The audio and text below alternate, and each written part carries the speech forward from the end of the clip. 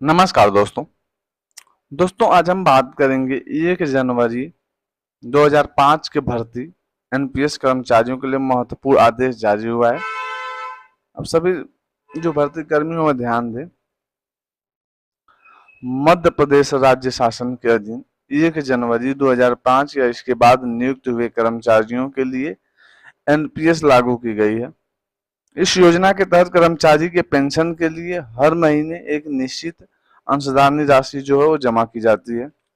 यह राशि विभिन्न पेंशन फंड मैनेजर द्वारा निवेश की जाती है ताकि सेवानिवृत्ति के बाद कर्मचारियों को एक सुनिश्चित पेंशन मिल सके।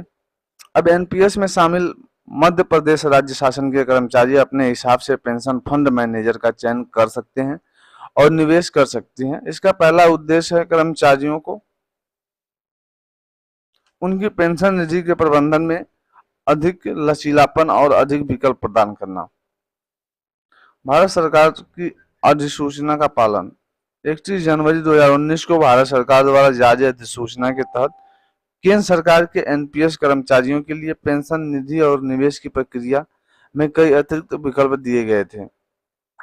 इस अधिसूचना के बाद राज्य सरकार ने भी अपने कर्मचारियों के लिए इन विकल्पों को लागू करने का निर्णय लिया, जिससे राज्य के एनपीएस कर्मचारियों को भी बेहतर निवेश और पेंशन फंड मैनेजर चयन का विकल्प मिल सका।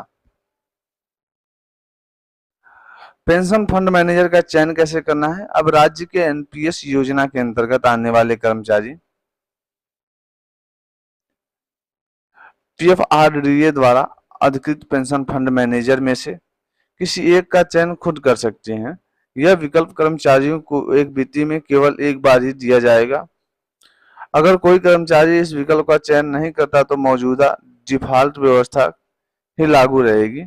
यह विकल्प कर्मचारी को अपनी पेंशन निधि के प्रबंधन में अधिक नियंत्रण और पारदर्शिता प्रदान करता है, जिससे कि वे अपनी वित्तीय योजना को बेहतर ढंग से प्रतिबद्ध कर सकते हैं। एनपीएस के अंतर्गत कर्मचारियों को अपनी निवेश पद्धति चुनने के लिए विकल्प दिए गए हैं। यह विकल्प उनकी जोखिम लेने की क्षमता और निवेश उद्देश्य के अनुसार तैयार किए गए हैं। एनपीएस अभिदाताओं के लिए निवेश के निम्नलिखित विकल्प उपलब्ध हैं।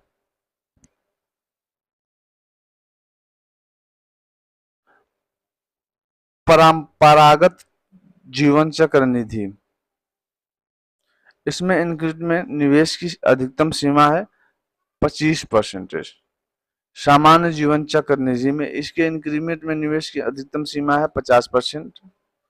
न्यूनतम अब जोखिम के साथ प्रतिफल के लिए विकल्प, जो कर्मचारी न्यूनतम जोखिम के साथ निवेश करना चाहते हैं उन्हें सरकार की प्रतिभूतियों में से 100% निवेश करने का विकल्प मिलेगा।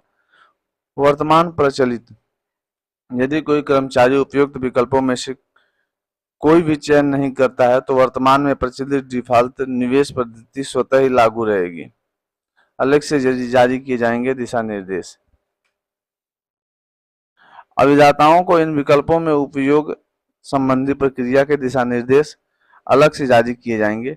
इस योजना के तहत सभी आवश्यक निर्णय राज्यपाल के नाम से किए गए हैं।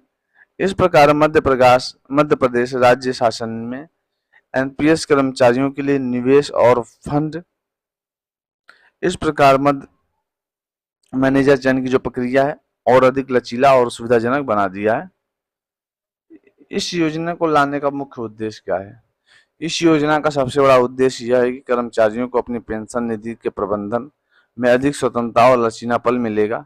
वे अपनी वित्तीय स्थिति, जोखिम लेने की क्षमता और सेवानिवृत्ति के बाद की योजना के अनुसार अपने निवेश का चयन कर सकते हैं। इसके अलावा पेंशन फंड मैनेजर के चयन के विकल्प से यह सुनिश्चित कर सकते हैं कि उनकी निधि का प्रबंधन उनके भरोसेमंद फंड मैनेजर द्वारा किया जा रहा है। फिलहाल दोस्तों इसमें क्या कुछ नया निकल के आएगा, मिलते हैं नए वीडियो में। Thank you.